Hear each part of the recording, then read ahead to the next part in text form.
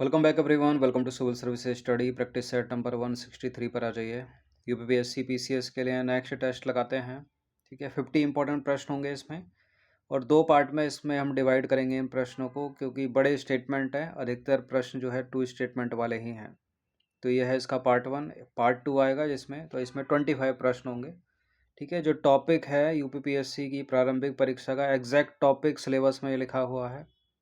ठीक है, आर्थिक और सामाजिक विकास, सतत विकास यानी सस्टेनेबल डेवलपमेंट, गरीबी पॉवर्टी, समावेशन, जनसांख्यिकी और सामाजिक क्षेत्र की पहल। एज इट इज़ यही अक्षर हैं। ठीक है, सेम ऐसे ही है। इसी के ऊपर प्रश्न हम बनाएंगे। चलिए स्टार्ट करते हैं। एक और चीज़, ये जो सीरीज़ है आप इसकी फुल टेस्ट सीरीज़ से जुड़ सकते हैं। नंबर इस पर कॉल या व्हाट्सअप करके। एक छोटा सा अमाउंट है। फुल टेस्ट सीरीज़ जो है वो पीडीएफ फॉर्मेट में मिलेगी आपको। पेड टेलीग्राम ग्रुप में ऐड कर लिया जाएगा।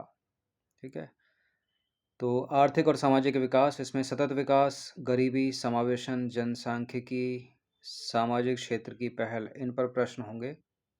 तो जो पहला पार्ट है इसका वो सस्टेनेबल डेवलपमेंट पर होगा, सतत विकास। और प्रश्न ऐसे हैं कि एकदम मज़े आ जाना है।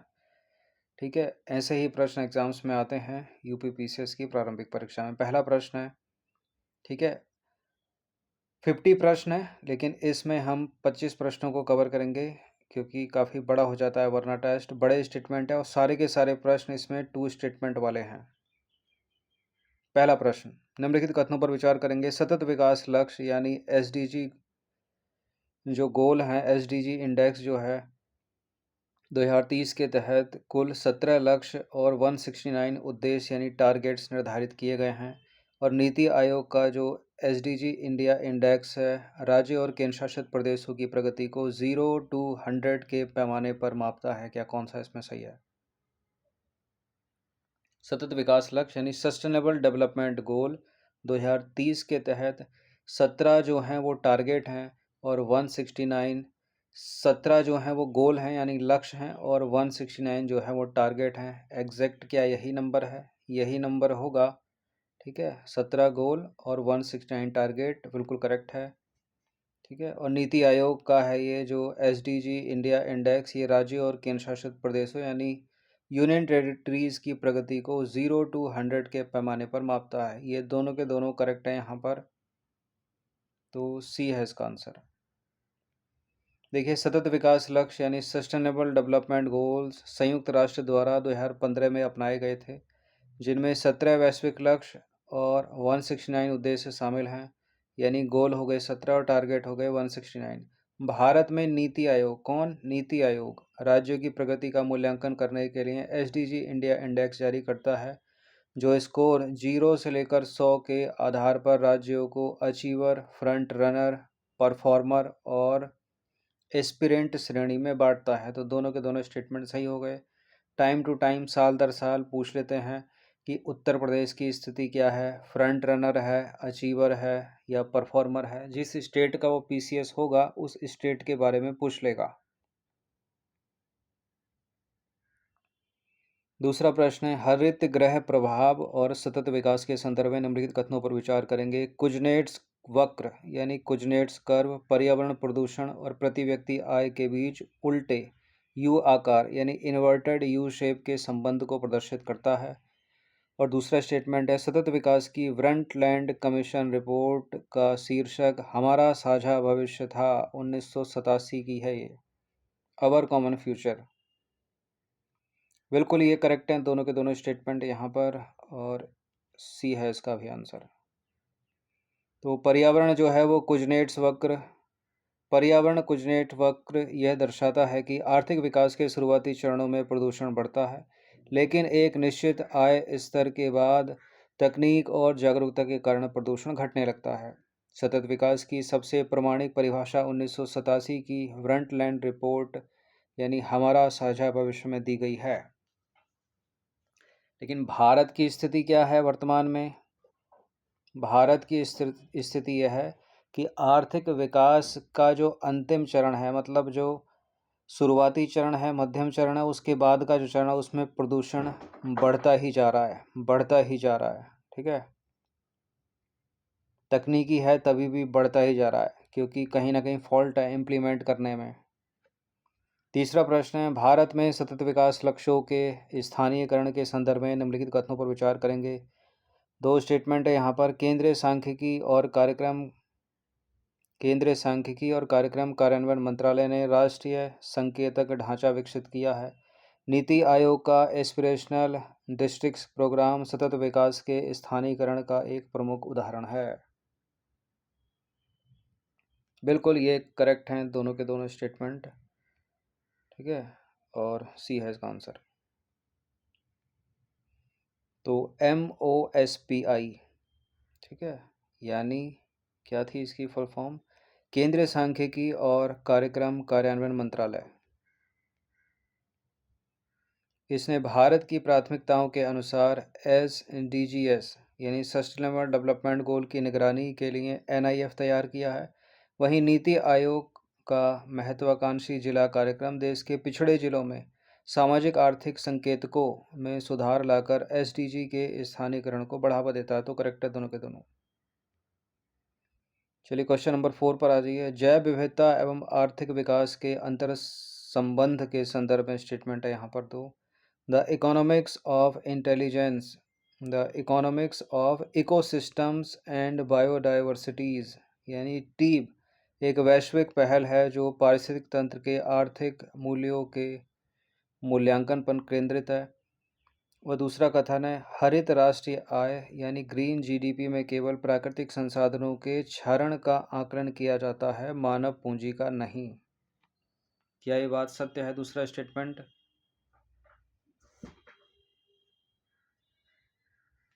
बिल्कुल, ये दोनों के दोनों जो हैं करेक्ट हैं। सी है इसका answer. The economics of ecosystems and biodiversities पारिस्थितिक तंत्र और जैव विविधता के आर्थिक लाभों को उजागर करता है।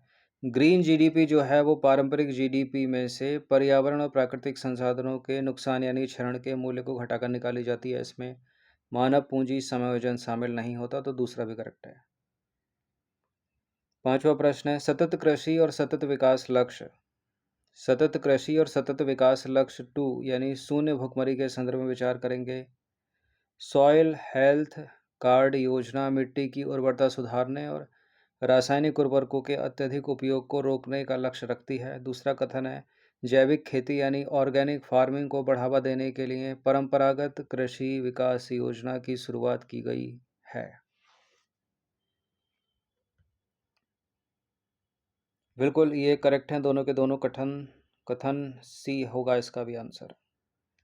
देखिए, सतत कृषि SDG 2 का महत्वपूर्ण घटक है। सॉइल हेल्थ कार्ड मिट्टी के पोषक तत्वों का विश्लेषण करता है तथा परंपरागत कृषि विकास योजना भारत सरकार द्वारा 2015 में शुरू की गई एक प्रमुख योजना है, जिसका मुख्य उद्देश्य देश में जैविक यानी ऑर्गेनिक खेती को बढ़ावा देना है। यह योजना राष्ट्रीय सतत कृषि मिशन का हिस्सा है और इसका लक्ष्य किसानों की रासायनिक उर्वरकों पर निर्भरता कम करना है। ठीक है, कैसे कम होगी? ऑर्गेनिक फार्मिंग को बढ़ावा देना है इसलिए। चलिए अगला जो पार्ट है इसमें पॉवर्टी यानी गरीबी प्रश्न होंगे। पहला स्टेटमेंट है, भारत में गरीबी रेखा के निर्धारण से संबंधित समितियों के संदर्भ में निम्नलिखित कथनों पर विचार करेंगे। दो कथन है, कौन सा इसमें सही होगा? सारे के सारे दो स्टेटमेंट वाले ही हैं प्रश्न। सुरेश तेंदुलकर समिति 2009 की है ये। इसने गरीबी का निर्धारण खाद्य टोकरी में कैलोरी उपभोग के स्थान पर शिक्षा और स्वास्थ्य खर्च के आधार पर किया, स्वास्थ्य व्यय के आधार पर किया। रंगराजन समिति 2014 ने शहर और ग्रामीण क्षेत्रों के लिए अलग अलग कैलोरी और गैर खाद्य उपभोग मानकों को माना। दोनों समितियां ये कब कब आई, कालानुक्रम में भी रख लेते हैं। सुरेश तेंदुलकर समिति 2009 की है, रंगराजन समिति 2014 की, और दोनों की दोनों समितियां से रिलेटेड जो कथन है वो करेक्ट है। सी है इसका आंसर। तेंदुलकर समिति ने पुरानी कैलोरी आधारित पद्धति को हटाकर स्वास्थ्य शिक्षा वस्त्र आदि उपभोग व्यय को शामिल किया। रंगराजन समिति ने पुनः पोषण और आवश्यक गैर खाद्य मदों के मिश्रित मानदंड अपनाए। पोषण यानी कैलोरी प्रोटीन और वसा। बहुआयामी गरीबी सूचकांक के संदर्भ में निम्नलिखित कथनों पर विचार करेंगे। वैश्विक बहुआयामी गरीबी सूचकांक संयुक्त राष्ट्र विकास कार्यक्रम यानी यूएनडीपी और ऑक्सफोर्ड गरीबी एवं मानव विकास पहल द्वारा जारी किया जाता है। और भारत का जो राष्ट्रीय बहुआयामी गरीबी सूचकांक है केवल 10 संकेतकों का उपयोग करता है, जबकि वैश्विक बहुआयामी गरीबी सूचकांक 12 संकेतक होते हैं उसमें। देखिए पहला वाला तो करेक्ट है, लेकिन दूसरे वाले में जो है अल्टा पल्टी की गई है। भारत का जो राष्ट्रीय बहुआयामी गरीबी सूचकांक है वो 12 संकेतक होते हैं, और जो वैश्विक बहुआयामी गरीबी सूचकांक है उसमें 10 होते हैं। तो दूसरा वाला गलत है क्योंकि पलट दिए गए हैं आंकड़े। और पूछा क्या है, सही पूछा है, तो पहला ही वाला सही है, केवल ए है इसका आंसर। ठीक है, पहला वाला कथन सही है, दूसरा वाला गलत है, क्योंकि राष्ट्रीय एमपीआई नीति आयोग में 12 संकेतक होते हैं, नीति आयोग का है ये, जबकि वैश्विक एमपीआई में इसमें 10 संकेतक होते हैं। ठीक है, तो गलत है इसलिए दूसरा स्टेटमेंट। ठीक है, वैश्विक एमपीआई में 10 संकेतक होते हैं स्वास्थ्य, शिक्षा, जीवन स्तर के तहत। अब आ जाइए सापेक्ष गरीबी और निरपेक्ष गरीबी यानी रिलेटिव पॉवर्टी और एब्सोल्यूट पॉवर्टी के संदर्भ में विचार करेंगे। देखिए निरपेक्ष गरीबी यानी एब्सोल्यूट पॉवर्टी किसी व्यक्ति या परिवार की न्यूनतम बुनियादी आवश्यकताओं की कमी को दर्शाती है, जैसे कि भोजन, पानी और आवास। सापेक्ष गरीबी यानी रिलेटिव पॉवर्टी का मापन मुख्य रूप से गिनी गुणांक और लॉरेंज वक्र द्वारा किया जाता है। ये वही लॉरेंज वक्र है जो आय में असमानता को मापता है। बड़ा इंपॉर्टेंट है, बहुत पूछते हैं, दोनों के दोनों करेक्ट हैं यहाँ पर। तो सी है इसका आंसर। देखिए निरपेक्ष गरीबी यानी एब्सोल्यूट पॉवर्टी एक निश्चित जीवन यापन सीमा यानी पॉवर्टी लाइन के नीचे रहने वालों को मापती है। सापेक्ष गरीबी यानी रिलेटिव पॉवर्टी समाज में विभिन्न आय वर्गों के बीच आय असमानता को दर्शाती है, जिसे गिनी गुणांक और लॉरेंज वक्र से मापा जाता है। अगला प्रश्न है, भारत में गरीबी उन्मूलन रणनीतियों के संदर्भ में विचार करेंगे। दीनदयाल अंत्योदय योजना, और दूसरा है महात्मा गांधी राष्ट्रीय ग्रामीण रोजगार गारंटी अधिनियम यानी मनरेगा। मनरेगा जो है कानूनी रूप से केवल ग्रामीण पुरुषों को ही रोजगार की गारंटी देता है। क्या केवल पुरुषों को है या महिला और पुरुष दोनों को है? गलत है दूसरा वाला स्टेटमेंट। और दीनदयाल अंत्योदय योजना जो है वो राष्ट्रीय ग्रामीण आजीविका मिशन स्वयं सहायता समूहों के माध्यम से काम करती है। ये ठीक है पहला वाला, और सही बताना है तो पहला सही है।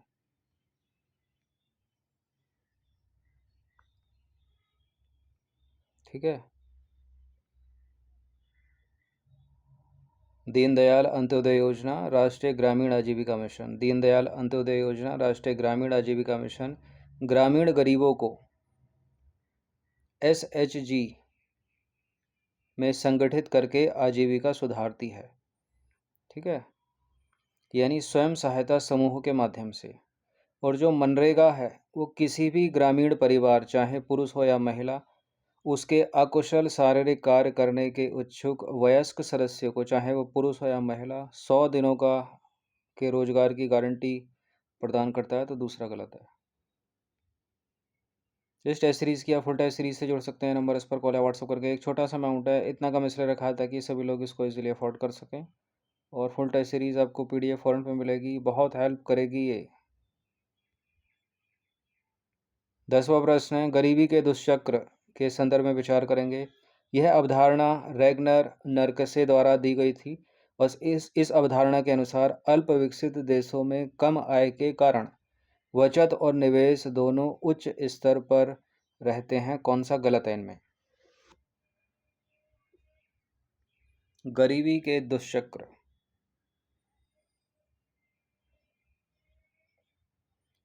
बिल्कुल ये जो अवधारणा है वो रैगनर नरकसे ने दी थी। पहला वाला सही है।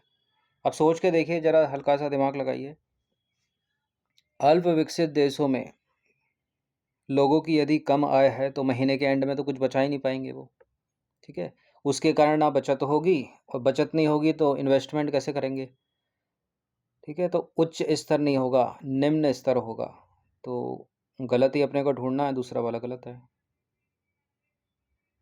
पहला सही है। नरकसे के अनुसार एक देश गरीब है क्योंकि वह गरीब है। क्यों? कैसे? कम आय तो कम बचत होगी, कम निवेश होगा, कम उत्पादकता होगी। कम आय का एक चक्र बन जाता है जो गरीबी के दुष्चक्र को जन्म देता है। तो अल्प विकसित देशों में कम आय के कारण बचत और निवेश दोनों निम्न स्तर पर रहते हैं, ना कि उच्च स्तर पर। तो गलत हो गया दूसरा वाला स्टेटमेंट। क्वेश्चन नंबर 11 है, भारत में राष्ट्रीय बहुआयामी गरीबी सूचकांक यानी national multi dimensional poverty index के संकेतकों के संदर्भ में विचार करेंगे। स्वास्थ्य आयाम के अंतर्गत बाल एवं किशोर मृत्यु दर और पोषण को शामिल किया गया है। दूसरा है, बैंक खाता और पेयजल तक पहुंच केवल वैश्विक एमपीआई के संकेतक हैं, राष्ट्रीय एमपीआई के नहीं। पहला वाला सही है, ठीक है, और दूसरा वाला गलत, ए है इसका आंसर। देखिए, राष्ट्रीय एमपीआई में 12 संकेतक हैं जिनमें बैंक खाता और पेयजल दोनों शामिल हैं, तथा मातृ स्वास्थ्य एवं बैंक खाता भारत द्वारा अतिरिक्त जोड़े गए हैं। ठीक है, दूसरा वाला गलत है। और जो वैश्विक है उसमें कितने हैं? 10 ऊपर थे। 12वां प्रश्न है, शहरी गरीबी के संदर्भ में निम्नलिखित कथनों पर विचार करेंगे। दीनदयाल अंत्योदय योजना राष्ट्रीय शहरी आजीविका मिशन का मुख्य उद्देश्य शहरी बेघरों को आश्रय और आजीविका देना है। और पीएम स्वनिधि योजना शहरी स्ट्रीट वेंडर्स को सूक्ष्म ऋण सहायता प्रदान करती है।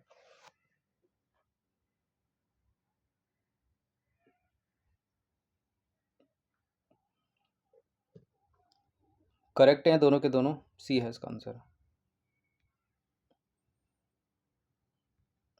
ठीक है, जो पीएम स्वनिधि है वो महामारी के बाद जो कोविड आया था, रेहड़ी पटरी वालों को सस्ता ऋण देने के लिए शुरू की गई थी। और पहला वाला भी सही है।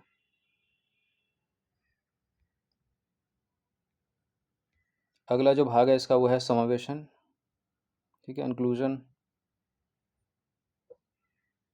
समावेशी विकास जो होता है, इंक्लूसिव ग्रोथ। 13वां प्रश्न है, वित्तीय समावेशन यानी फाइनेंशियल इंक्लूजन के संदर्भ में विचार करेंगे।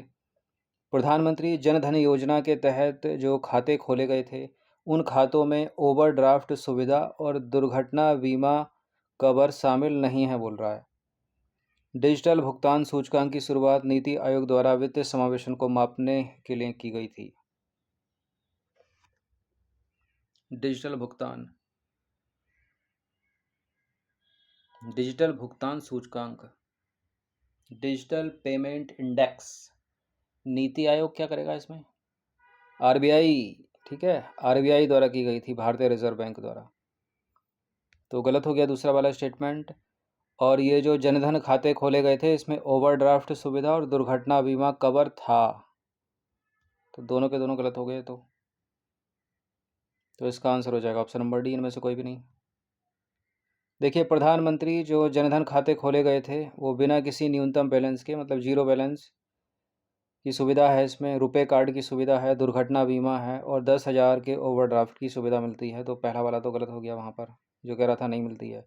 परंतु डिजिटल भुगतान सूचकांक की शुरुआत भारतीय रिजर्व बैंक द्वारा की गई थी, ना कि नीति आयोग के द्वारा, तो दूसरा भी गलत है। आ जाओ 40 नंबर का प्रश्न है, भारत में सामाजिक समावेशन और जाम ट्रिमिनिटी के संदर्भ में विचार करेंगे। देखिए, जैम का अर्थ जन धन आधार मोबाइल का एकीकरण है, ठीक है, और दूसरा है इसका उद्देश्य है प्रत्यक्ष लाभ अंतरण के माध्यम से रिसाव यानी लीकेज को समाप्त करना। ठीक है, पैसा सीधा खाते में आएगा तो बीच के बिचौलिए जो हैं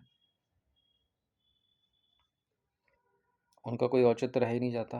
दोनों के दोनों करेक्ट हैं यहाँ पर, सी है इसका आंसर। लेकिन इस चीज़ को जो हैंडल कर रहा है वो भी एक व्यक्ति विशेष है ना, ऐसा तो नहीं कंप्यूटर खुद ही चल जाएगा, खुद ही कैश ट्रांसफ़र कर देगा। तो इसमें यहाँ करप्शन है, सी है इसका आंसर। ठीक है, होल्ड करे रहता है वो, टाइम टू टाइम जो है ट्रांसफ़र नहीं करता। वहाँ एप्लीकेशन लगाओ, बार बार विज़िट करो, उसको घूस खिलाओ, तब जो है प्रोसेस आगे बढ़ती है। बहुत सारे स्टेट में ऐसा है अभी भी।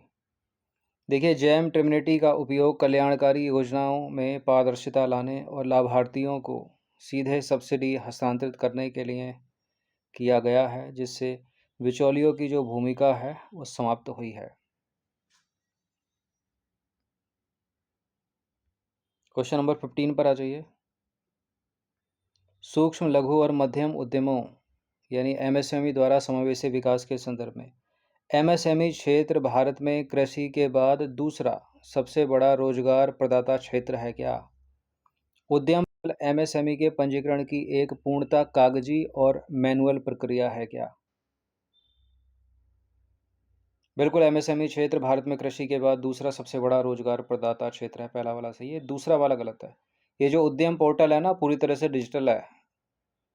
तो कागज, ये जो बोल रहा ना, पूर्णतः कागजी है, कागज रहित है ये। तो ए है इसका आंसर, केवल दूसरा गलत है। देखिए, एमएसएमई रोजगार सृजन में कृषि के बाद दूसरे स्थान पर है। जो उद्यम पोर्टल है पूरी तरह से ऑनलाइन है, डिजिटल है और स्वयं घोषणा आधारित निःशुल्क पंजीकरण प्रणाली है, ना कि कागजी।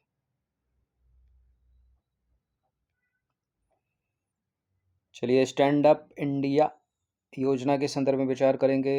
यह योजना केवल महिला उद्यमियों और SC/ST वर्ग के लोगों के लिए ग्रीन फील्ड उद्यम स्थापित करने हेतु है। आपको याद आ रहा हो, 10 साल पहले, चलिए 2016 की बात है, एक स्टैंड अप थी, एक स्टार्टअप थी, साथ में आए थे दोनों। ये स्टैंड अप बिल्कुल मध्यम महिला उद्यमियों के लिए और SC/ST वर्ग के लोगों के लिए है, बिल्कुल करेक्ट है पहला वाला स्टेटमेंट। और इसके तहत बैंकों के द्वारा 10 लाख से लेकर 1 करोड़ रुपए तक का जो ऋण है वो प्रदान किया जाता है, ये भी सही है।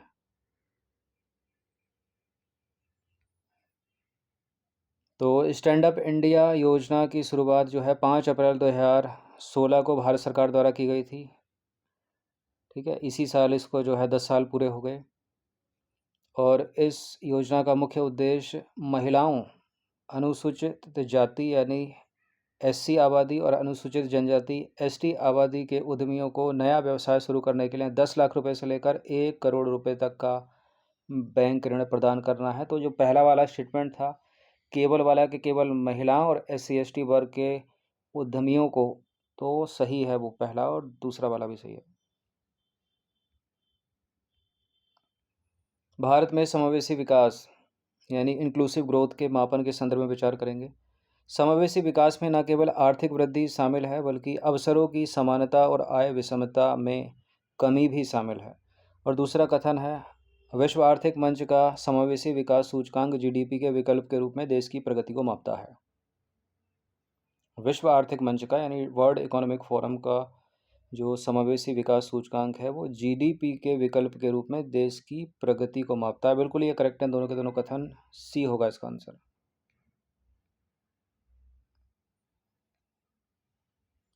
समावेशी विकास का अर्थ है समाज के अंतिम व्यक्ति तक विकास का लाभ पहुंचाना। वर्ल्ड इकोनॉमिक फोरम द्वारा जो विकसित IDI है, इसमें केवल GDP नहीं बल्कि भावी पीढ़ियों के लिए सतत विकास, अंतर पीढ़ीगत समानता आदि को भी मापा जाता है।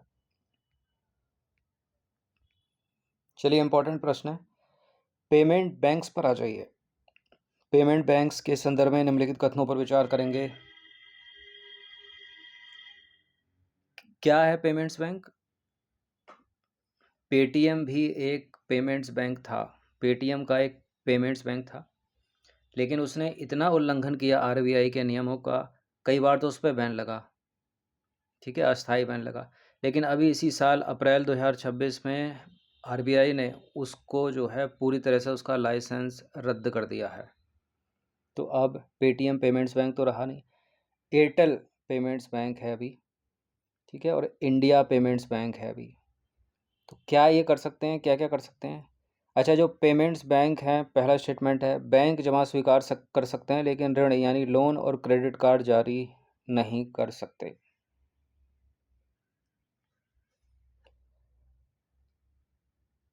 देखिए, जो पेमेंट्स बैंक है, Airtel payments bank, India post payment bank, ये बिल्कुल बैंक जमा स्वीकार कर सकते हैं, 2 लाख रुपए तक जमा स्वीकार कर सकते हैं। अच्छा, ऋण दे सकते हैं क्या ये? ऋण नहीं दे सकते। क्रेडिट कार्ड भी नहीं दे सकते ये, याद रखना। चेक भी जारी नहीं कर सकते। नचिकेत मोर समिति की सिफारिशों के आधार पर पेमेंट बैंकों की स्थापना की गई थी। ये दूसरा वाला सही है और पहला वाला भी सही है, क्योंकि बैंक जमा स्वीकार कर सकते हैं लेकिन ऋण और क्रेडिट कार्ड जारी नहीं कर सकते। तो इसका जो आंसर हो जाएगा वो सी हो जाएगा। तो लोन नहीं दे सकते, क्रेडिट कार्ड नहीं दे सकते, ठीक है, चेक नहीं दे सकते, डेबिट कार्ड, एटीएम वो दे सकते हैं।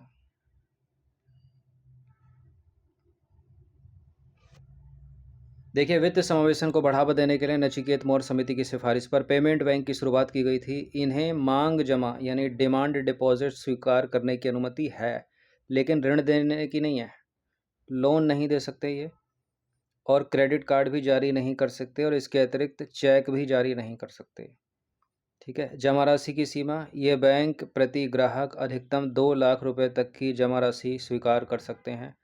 क्या क्या सेवाएं दे सकते हैं ये बचत खाते और चालू खाते खोलने, डेबिट कार्ड जारी करने, डेबिट कार्ड, क्रेडिट कार्ड नहीं, ठीक है, मनी ट्रांसफ़र, बिल भुगतान जैसी सभी डिजिटल और मोबाइल बैंकिंग सेवाएं प्रदान करते हैं। ठीक है, सारे बिल आप भर सकते हो इनसे। मेट्रो का बिल हो गया, बिजली बिल हो गया, पानी का बिल हो गया, गैस कनेक्शन, जियो फाइबर, मोबाइल रिचार्ज, ये सब कुछ करते हैं ये। भारत में प्रमुख उदाहरण अगर देखें, भारत में प्रमुख पेमेंट्स बैंक में एयरटेल पेमेंट्स बैंक और इंडिया पोस्ट पेमेंट बैंक शामिल हैं। पेटीएम पेमेंट बैंक भी था, लेकिन उसका लाइसेंस छीन लिया है आरबीआई ने अभी अप्रैल 2026 में। ठीक है। अच्छा, कुछ द्वंद्व रहता है कि पेमेंट का भी तो, पेटीएम का भी तो क्रेडिट कार्ड आता है, या एयरटेल का भी, तो वो मर्जर है। ठीक है, जैसे कि एयरटेल का एक्सिस बैंक क्रेडिट कार्ड है, इस तरह से है। ठीक है, या फ्लिपकार्ट का एक्सिस बैंक करके क्रेडिट कार्ड है, इनका नहीं है वो। Airtel payment bank credit card नहीं है कोई। 19वें नंबर का प्रश्न है, दिव्यांगजनों के सामाजिक आर्थिक समावेशन के संदर्भ में विचार करेंगे।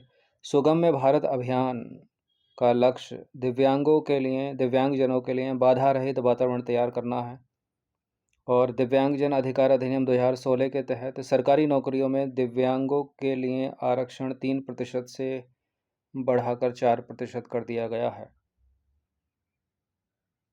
बिल्कुल ये ठीक है, दोनों के दोनों स्टेटमेंट सी है इसका आंसर। देखिए, सुगम्य भारत अभियान भौतिक वातावरण, परिवहन और सूचना तकनीकों को सुलभ बनाने पर केंद्रित है। 2016 के अधिनियम ने विकलांगता श्रेणियों को 7 से बढ़ाकर 21 किया और नौकरियों में आरक्षण बढ़ाकर 3 से 4% कर दिया। अगली जो कैटेगरी है वो जनसांख्यिकी है, डेमोग्राफिक्स।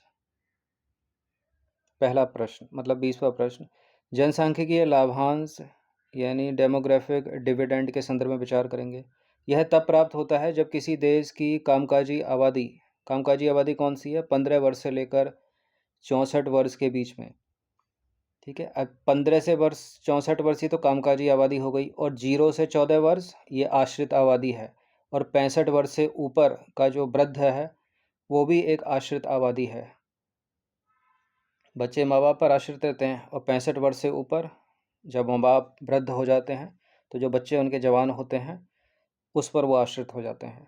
तो ये कामकाजी आबादी है और ये जो है आश्रित आबादी है, याद रखना इसको। तो पहला स्टेटमेंट क्या है, जनसांख्यिकीय लाभांश तब होता है जब किसी देश की कामकाजी आबादी का अनुपात गैर कार्यशील आबादी से अधिक हो जाता है। ठीक है, गैर कार्यशील आबादी कौन सी है, 0 से 14 या 65 वर्ष से अधिक, या उसको आश्रित आबादी भी बोलेंगे। भारत में जनसांख्यिकीय लाभांश की अवधि लगभग 2055 से 2060 तक जारी रहने का अनुमान है। ये लंबी अवधि दिखा रहा है, दूसरा स्टेटमेंट गलत है, पहला ही सही है केवल, 2040 तक। कथन एक सत्य है। संयुक्त राष्ट्र जनसंख्या कोष के अनुसार भारत में जनसांख्यिकीय लाभांश की जो खिड़की है 2005-6 में शुरू की गई थी, और यह लगभग 55-56 तक नहीं बल्कि 40-45 2040-45 तक अपने चरम पर रहकर 2055 तक समाप्त होगी। पर व्यावहारिक रूप से इसका जो स्वर्ण काल है 2020 से 2040 तक का ही है, तो 2040 तक। ठीक है, नई रिपोर्टों के अनुसार यह अवधि 2018 से 2055 मानी गई है, परंतु आर्थिक सर्वेक्षण के अनुसार भारत 2040 के दशक के उत्तरार्ध तक अपनी वृद्ध आबादी का अनुपात बढ़ते देखेगा। ठीक है, अब वर्तमान स्थिति क्या हो रही है? महंगाई इतनी ज़्यादा है भारत में, ठीक है, चीज़ें इतनी महंगी हो गई हैं, सबकी सैलरी तो बढ़ी नहीं है, तो उससे क्या है, लोग बच्चे पैदा नहीं कर रहे हैं। ठीक है, शादी करने से भी कतरा रही है नई वाली जनरेशन। तो जन्म दर जो है एकदम स्थिर है वर्तमान में, और मृत्यु दर भी स्थिर ही है। ठीक है, आबादी मतलब ठहरी हुई है। तीसरा चरण चल रहा है जनसांख्यिकी का। 21वां प्रश्न है, जनसांख्यिकीय संक्रमण सिद्धांत यानी डेमोग्राफिक ट्रांजिशन थ्योरी के संदर्भ में विचार करेंगे। प्रथम चरण में उच्च जन्म दर और उच्च मृत्यु दर होती है, जिससे जनसंख्या वृद्धि स्थिर रहती है। तृतीय चरण में जन्म दर और मृत्यु दर दोनों में तीव्र गिरावट आती है और जनसंख्या में गिरावट शुरू हो जाती है। कौन सा सही है?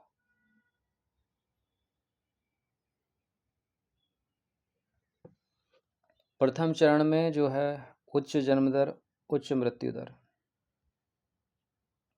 ठीक है, करेक्ट है। तृतीय चरण में जन्म दर और मृत्यु दर दोनों में तीव्र गिरावट आती है और जनसंख्या में गिरावट शुरू हो जाती है। तो सी है इसका आंसर। वर्तमान में तीसरा ही चरण भारत में चल रहा है। देखिए, प्रथम चरण में जो है उच्च जन्म दर और उच्च मृत्यु दर के कारण वृद्धि दर न्यून होती है। ठीक है, तो जनसंख्या स्थिर है। तीसरा चरण में क्या है, जन्म दर घटती है, मृत्यु दर भी कम रहती है, जिससे जनसंख्या वृद्धि की दर धीमी होती है। जो गिरावट है वो चतुर्थ और पंचम चरण में आती है। ठीक है, तो ठीक है स्टेटमेंट, क्योंकि शुरुआती चरण ही है गिरावट का। ठीक है, पूरी तरह से जो गिरावट आएगी चौथे और पांचवें चरण में आएगी, तो तीसरी स्थिति में है, तीसरे चरण में है भारत। 22वां प्रश्न है, कुल प्रजनन दर TFR टोटल फर्टिलिटी रेट के संदर्भ में विचार करेंगे। प्रतिस्थापन स्तर की प्रजनन दर जो रिप्लेसमेंट लेवल है फर्टिलिटी का, उसको आमतौर पर 2.1 माना जाता है। और राष्ट्रीय परिवार स्वास्थ्य सर्वेक्षण 6 के अनुसार भारत की जो कुल TFR है वर्तमान में राष्ट्रीय स्तर पर घटकर 1.9 हो गई है। इंपॉर्टेंट नंबर है, इसको याद रखना। ठीक है, जो रिप्लेसमेंट लेवल है फर्टिलिटी का वो 2.1 है, और इससे भी गिर गई है, ये 1.9 हो गई है। राष्ट्रीय परिवार सर्वेक्षण जो 5 था, 5 उसमें 2.0 थी, अब 1.9 हो गई है 6 में। दोनों के दोनों सही हैं, सी है इसका आंसर। तो रिप्लेसमेंट जो लेवल है TFR का 2.1 है, जिस पर जनसंख्या स्थिर हो जाती है। राष्ट्रीय परिवार स्वास्थ्य सर्वेक्षण 6 के आंकड़ों के अनुसार भारत की जो समग्र TFR घटकर 1.9 जो प्रतिस्थापन दर है उससे भी नीचे चली गई है, जो जनसांख्यिकीय स्थिरता की ओर संकेत करती है। ठीक है, शादियां या तो लेट हो रही हैं या कम हो रही हैं वर्तमान में, और जन्म दर भी एक बच्चे को लेकर या 2 के ऊपर तो है ही नहीं।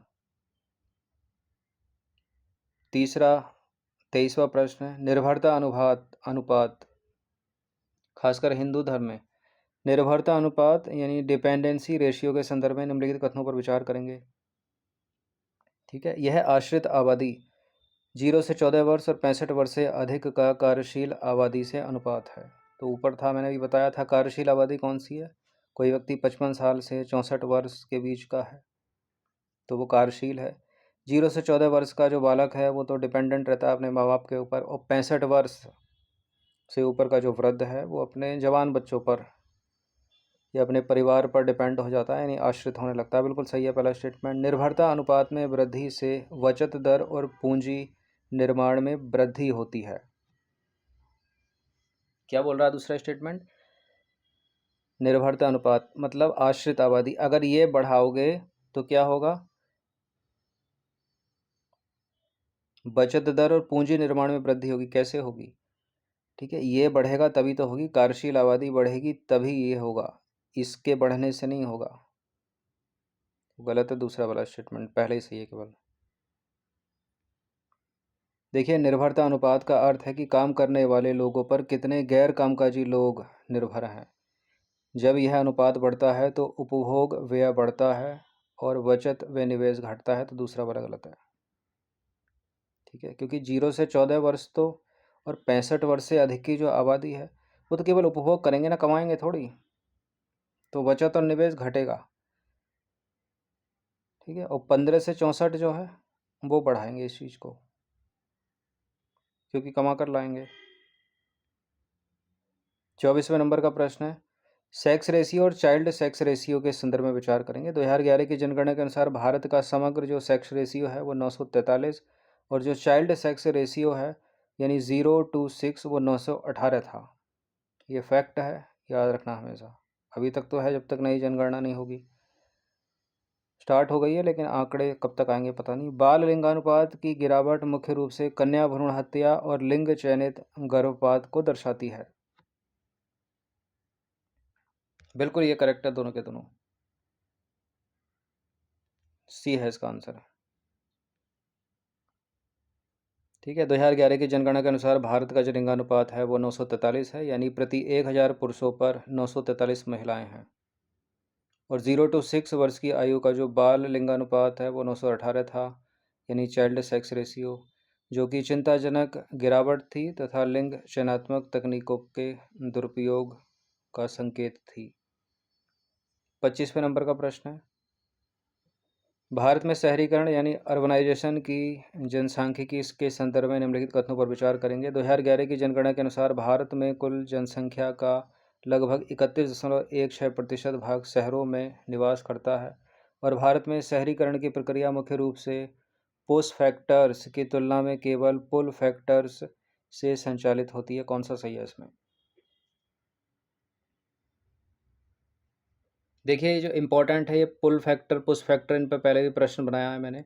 कोई व्यक्ति विशेष ग्रामीण गांव में रहता है, ठीक है, वो शहरों में क्यों जाएगा? क्या चीज़ें उसे पुश करेंगी?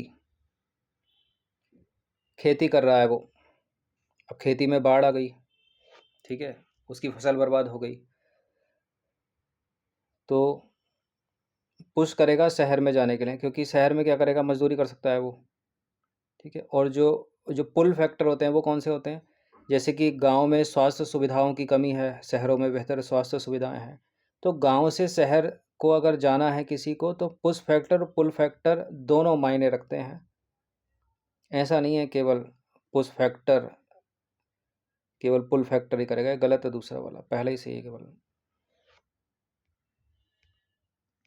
तो 2011 की जनगणना के अनुसार भारत की जो 31.16% आबादी है वो शहरी है। भारत में ग्रामीण से शहरी प्रवास में पुश फैक्टर यानी गांव से शहर की तरफ कौन सी चीज़ पुश कर रही है? कृषि में संकट है, जो गांव में किसान खेती कर रहा है उसमें संकट है, रोजगार नहीं है, तो रोजगार के लिए जाएगा वो शहरों में। ठीक है, और पुल फैक्टर कौन से होते हैं? शहरों में बेहतर स्वास्थ्य सुविधाएं हैं इन कंपेरिजन टू विलेज।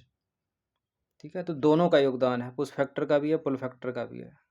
ऐसा नहीं कि केवल पुल फैक्टर का ही, तो गलत है दूसरा वाला। 26वें नंबर का प्रश्न है, 26 प्रश्न एडेड है इसमें। भारत में मानव विकास सूचकांक यानी एचडीआई के संकेतकों के संदर्भ में विचार करेंगे। एचडीआई का मापन 3 आयामों पर किया जाता है।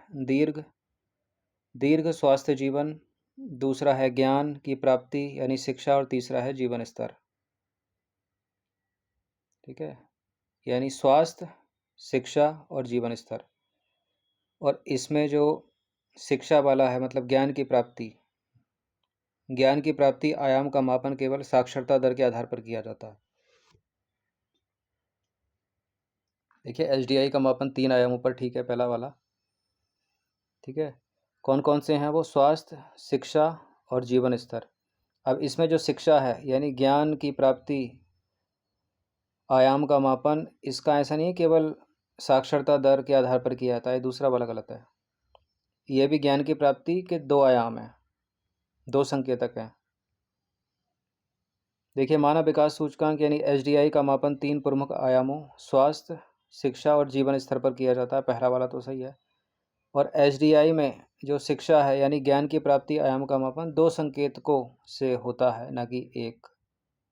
कौन कौन से वो 2 संकेतक? स्कूली शिक्षा के अपेक्षित वर्ष और स्कूली शिक्षा के औसत वर्ष, यानी एक्सपेक्टेड ईयर्स ऑफ स्कूलिंग, और दूसरा है मीन ईयर्स ऑफ स्कूलिंग। ऐसा नहीं है केवल साक्षरता दर का उपयोग नहीं होता इसमें। तो 26 प्रश्न थे ये, ठीक है। अगली जो भाग है इसका, वो सामाजिक क्षेत्र की पहल यानी सोशल सेक्टर इनिशिएटिव्स से प्रश्न बनेंगे। अभी भी 26 प्रश्न, काफ़ी समय के टाइम हो गया है, इसमें बड़ा वीडियो हो गया है, तो इसको यहीं एंड करते हैं। सेकंड पार्ट में इसको 50 प्रश्न कवर कर देंगे, और बड़ा ही इंपॉर्टेंट टेस्ट होगा ये प्रश्न इंपॉर्टेंट हैं। पीसीएस के प्रीवियस ईयर के प्रश्नों को उठाकर देखोगे तो ऐसे ही प्रश्न आपको मिलेंगे ज़्यादातर, मतलब जितने आते हैं उतने तो मिलेंगे ही।